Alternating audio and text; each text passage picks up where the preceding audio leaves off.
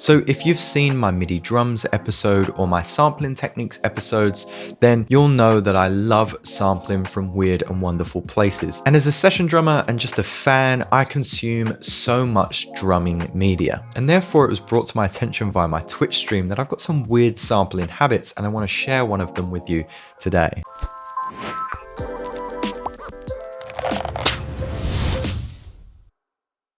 Alright, so this project didn't start off like this. Actually, down here is the audio from that video that I sampled the drum groove from. And this is where Mike Johnston speaks about his miking techniques and what plugins he uses to get his drums sounding so clean and pristine. There's one part of this video where he stops soloing and just goes into a nice little pocket groove just before he starts speaking. It's here in green for you.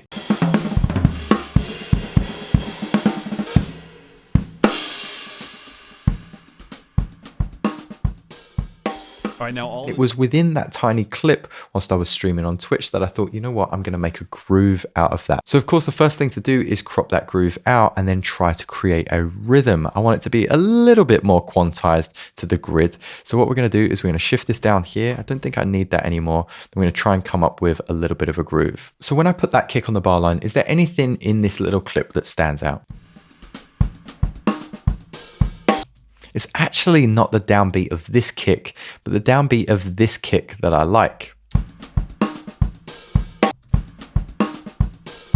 Probably starting to hear a little bit of a groove there. So what I'm going to do is actually set this to the side in case we want to trim anything from this clip. And then I'm going to make this our downbeat. And then I'm going to warp it so I can better get it in time with our metronome.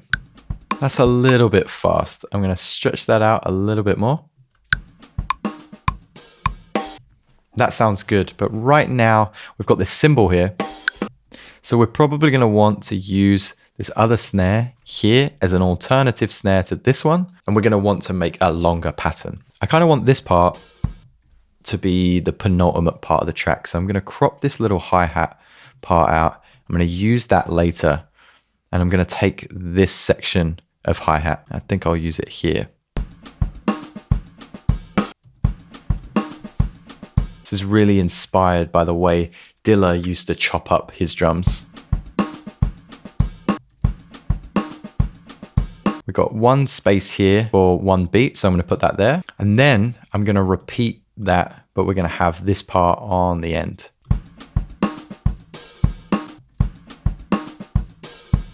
I think that's pretty much what I did with the beat that you heard at the beginning, but of course it doesn't have the right sounds yet. So how do we get to that part?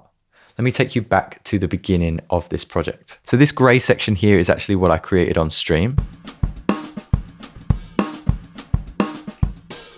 So all I would have done with our previous layer is selected the whole thing, increased its gain so it was a little bit louder, a little bit more poppy, and then just press Command J to consolidate that layer. It makes it a little bit easier to loop and a little bit easier to see. The great thing about using a real drummer's stem is it can be as quantized or as unquantized as you would like it to be. If you zoom in on my new groove here, you can see that some of the kicks play ahead of the bar line, and that all adds to realism within this groove. What I want to do now is start to replicate some of those elements, and you can do it one of two ways. Here you can see from the streams groove that I actually did it with audio, but you can do this inside a drum rack with MIDI on the piano roll as well, or work for any DAW. What I like to do in Ableton sometimes to just speed up the process and help me out is make a duplicate of that drum line. What you can do on the new copy is convert drums to new MIDI track. This can be quite busy at times. Let's see how it's done. It's given us a lot of hi-hats, but we can get rid of those altogether. But what we do have is an easy distinction of the kicks and snares. They sound like this now. So from there, you can replace those kicks and snares with the sounds of your choice.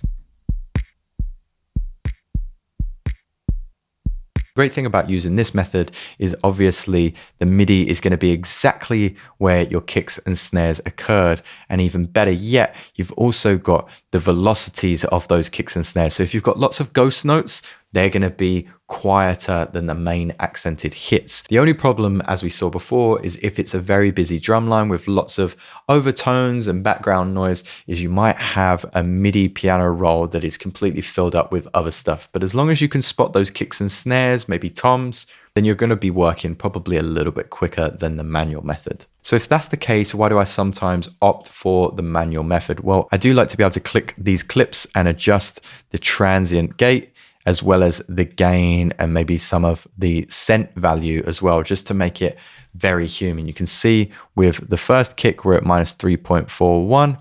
And with the second kick, we've got a different preserved transient and we're at minus 5.8. So I want a slightly quieter kick drum on that second hit there. So my kicks are lined up, no EQ or anything. This is a nice sounding kick drum. Snares here and the snap is here.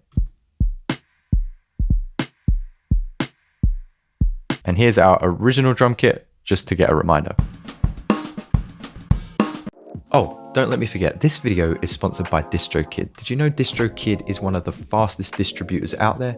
Very often when I've got a track that I'm just like, that could go on Spotify, I can upload it and it can be on Spotify sometimes within the next day, couple days at most. I haven't found another distributor that does that, and with their helpful plethora of promotional tools, I have stuck with them for years. If you want to join me on the platform and start releasing your music via DistroKid, then make sure you check out the link in the description below. You'll get 7% off your first year. So what's the next thing we need to do? Well, it's probably our hi-hats. So I've taken this from a much longer loop. I love to use this Splice Originals hi-hat. It sounds like this. There's lots of different velocities of hi-hat there. So the articulation of that pattern is great for chopping up into smaller samples. So you can see my hi-hats down here now with a little bit of EQ, much quieter than they were before.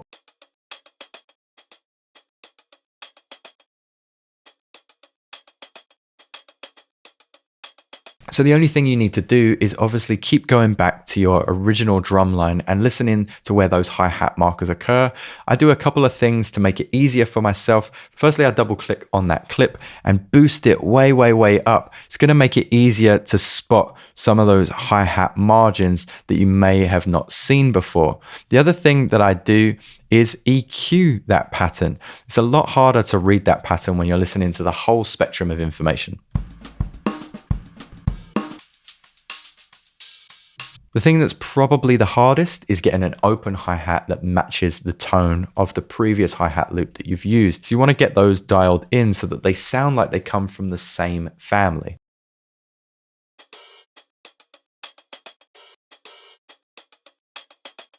Once you're there, you've pretty much got your drum groove.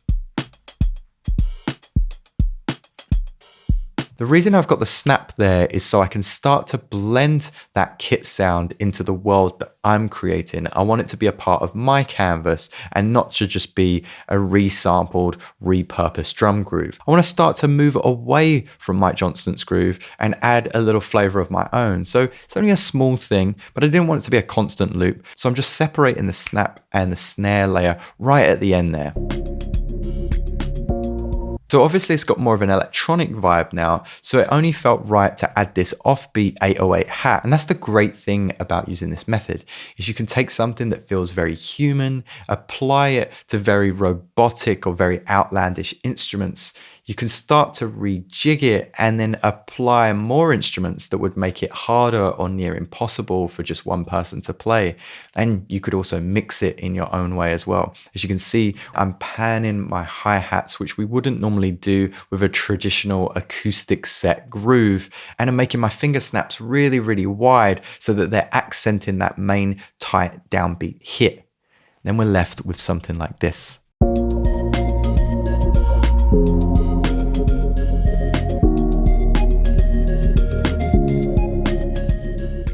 So there we have it, guys. It's one of the many ways I go about sampling or repurposing, recycling drums? Is it a technique that you're going to pick up? What techniques do you have for creating your own drum grooves? I'd love to know, as well as what you'd like to see in future episode. I've included the project and the groove from this video, as well as some other tasty grooves that I've cooked up just for the Patreon gang. If you end up using those drums on your work in the wild, do share it with me over at the Discord. It's always a pleasure to sit down with you. Thank you so much for stopping by, and I'll see you next time.